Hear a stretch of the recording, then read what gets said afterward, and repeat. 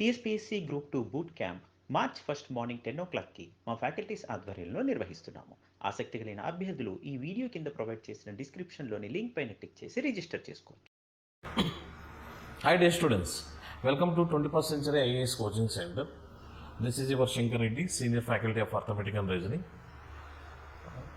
So ఇది గత 22 yearsగా నేను ఈ టీచింగ్ ఫీల్డ్లో గ్రూప్ 1, గ్రూప్ 2, ఎస్ఐ ఇతర కాంపిటేటివ్ ఎగ్జామ్స్కి డీల్ చేస్తూ ఉన్నాను. మరి ఇప్పుడు గ్రూప్ 1, గ్రూప్ 2 విషయంలో సిలబస్ అవగాహన కోసం మనం గమనించినట్లయితే ఈ గ్రూప్ 1, గ్రూప్ 2కు సంబంధించిన సిలబస్ మీద అవగాహన కోసం మనం ఈ వీడియో చేస్తున్నాం. ఇక నా గురించి చెప్పుకోవాలంటే నా పేరు Shankar Reddy, senior faculty of arithmetic and reasoning. So ఆమె డైరెక్టర్ టు వాటి రాజధాని కోచింగ్ సెంటర్. ఈ గ్రూప్ 1, గ్రూప్ 2కు సంబంధించి జనరల్ స్టడీస్ విభాగంలో మెంటల్ ఎబిలిటీ, రీజనింగ్ ప్లస్ వాటి డేటా ఇంటర్ప్రిటేషన్ విభాగానికి సంబంధించి మనం ఈ సంవత్సరంలో నేను డీల్ చేస్తున్నాను. So last time group 1 conduct చేసిన ప్రిలిమినరీ ఎగ్జామ్లో అడిగిన 23 క్వశ్చన్లు యాస్టేజ్గా రావడం, దానికి కారణం వ్యాప్ అప్రోచ్. ఇన్ని సంవత్సరాల అనుభవం ఉంది కాబట్టి అనుభవంతో డీల్ చేయడం వలన ఆ విధంగా పాసిబిలిటీ ఉంది.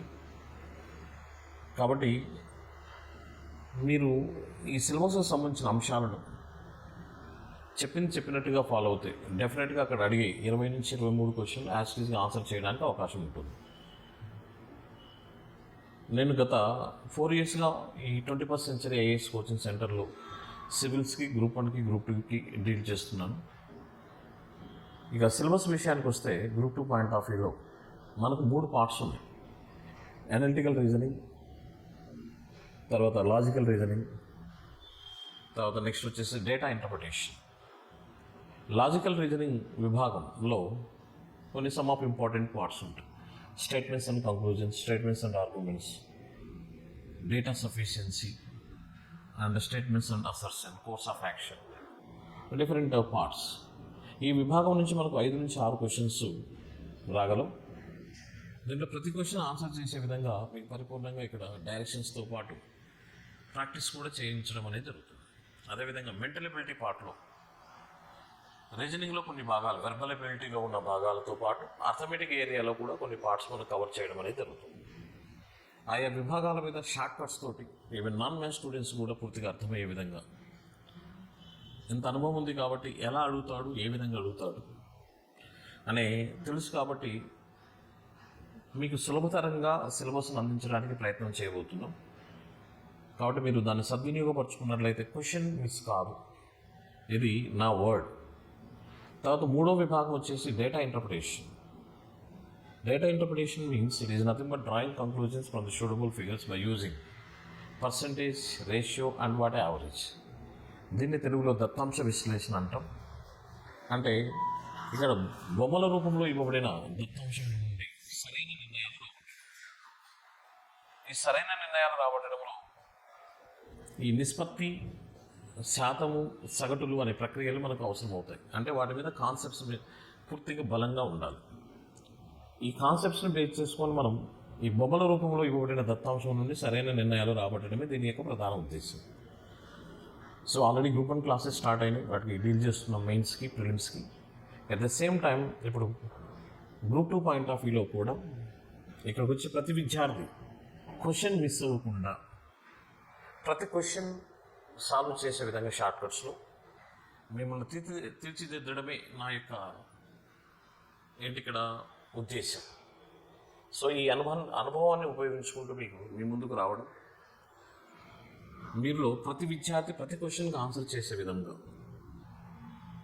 నాన్ మ్యాథ్స్ స్టూడెంట్స్ను దృష్టిలో పెట్టుకొని బేసిక్స్తో పాటు ఆ లెవెల్ ఆఫ్ అప్రోచ్ పెంచుకుంటూ ప్రతి క్వశ్చన్ చేసే విధంగా. ఇప్పుడు ఫర్ ఎగ్జాంపుల్ సిరీస్ ఉంటుంది, దీంట్లో నెంబర్ సిరీస్ ఉంటుంది, లెటర్ సిరీస్ ఉంటుంది, రిపీటెడ్ సిరీస్. ఇప్పుడు నెంబర్ సిరీస్లో వచ్చే 3-4 క్వశ్చన్ మనం చేయాలి అంటే మనం 2nd క్లాస్ నుంచి 10th క్లాస్ వరకు చదివిన ప్రాథమిక అంశాల మీద అవగాహన కల్పించడం. First you have to know that fundamentals on numbers. అసలు నెంబర్స్ ఏంటి, నెంబర్ సిస్టమ్ అంటే ఏంటి, టైప్స్ ఆఫ్ నెంబర్స్, ఈ అంకెలు సంఖ్యల వర్గీకరణ ఏ విధంగా ఉంటుంది, ముఖ్యంగా ఏమంటాం సరి సంఖ్యలు, బేస్ సంఖ్యలు, ప్రైమ్ నెంబర్, ప్రధాన సంఖ్యలు, సంయుక్త సంఖ్యలు, even numbers, odd numbers, prime numbers, composite numbers, వీటి గురించి పూర్తిగా అవగాహన కల్పించడం. అసలు ప్రధాన సంఖ్యలు అంటే ఏంటి, ముఖ్యంగా ఈ ప్రధాన సంఖ్యలు అనే వాటి మీద పూర్తిగా అవగాహన ఉంటే ఖచ్చితంగా 4 నుంచి 5 మార్కులు మన పాకెట్లో ఉన్నట్లే. ఇవన్నీ మనం 6th 7th క్లాసులో నేర్చుకున్నాం, కానీ టైం గ్యాప్ వలన మర్చిపోయి ఉంటాం.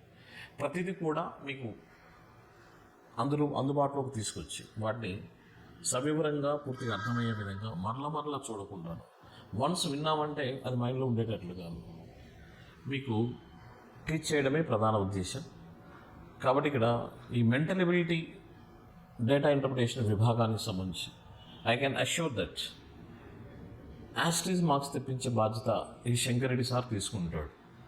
కాన్ఫిడెంట్గా రండి, మన సంస్థలో జాయిన్ అవ్వండి. 21st Century IAS coaching centre already group 1 classes, prelims, mains జరుగుతున్నాయి.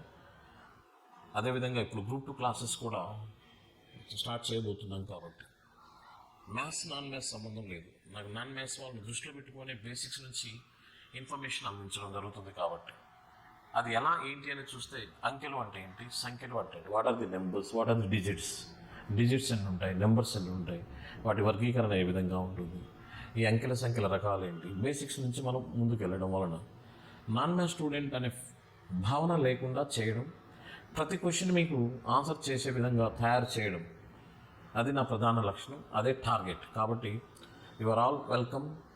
సో కాబట్టి నాట్ ఓన్లీ గ్రూప్ 2, ఇది మీకు గ్రూప్ 1కి యూజ్ అవుతుంది, ఇతర కాంపిటేటివ్ ఎగ్జామ్స్ కూడా ఉపయోగపడుతుంది. ఇన్డెప్త్గా మనం డిస్కస్ చేయడం అనేది జరుగుతుంది ప్రతి టాపిక్లో. ఇప్పుడు లాజికల్ రీజనింగ్ ఉంది, mental ability part, analytical reasoning అంటే ముఖ్యంగా సిరీస్, కోడింగ్, డీకోడింగ్, తర్వాత ఆల్ఫాబెటికల్ టెస్ట్, ఆంగ్ల అక్షరమాలపై పరీక్ష, తర్వాత ర్యాంకింగ్ టెస్ట్, తర్వాత blood relations, directions, sitting arrangement, తర్వాత ఫజిల్ టెస్ట్, క్లాక్, క్యాలెండర్, తర్వాత ఈ రకరకాల అన్ని విభాగాలపై సూక్ష్మంగా లో లెవెల్ నుంచి హై లెవెల్ వరకు ఒకటైతే టార్గెట్ ఒకటి, ప్రతి క్వశ్చన్ మీరు ఆన్సర్ చేసే విధంగా సాధన చేయించడం ఈ శంకరెడ్డి సార్ యొక్క ప్రధాన లక్ష్యం. ఎగ్జామ్ రాసిన తర్వాత శంకరెడ్డి సార్ రావాలి, ఏది గుర్తే రావాలి, ఏంటది మెంటల్ ఎబిలిటీ విభాగంలో. అది లాజికల్ రీజనింగ్ కావచ్చు, అనలిటికల్ రీజనింగ్ కావచ్చు, డేటా ఇంటర్ప్రిటేషన్ కావచ్చు. సో కాన్ఫిడెంట్గా రండి, డెఫినెట్గా మీకు యాస్టీస్ మార్క్స్ తెప్పించే బాధ్యత నేను తీసుకుంటాను. All the best.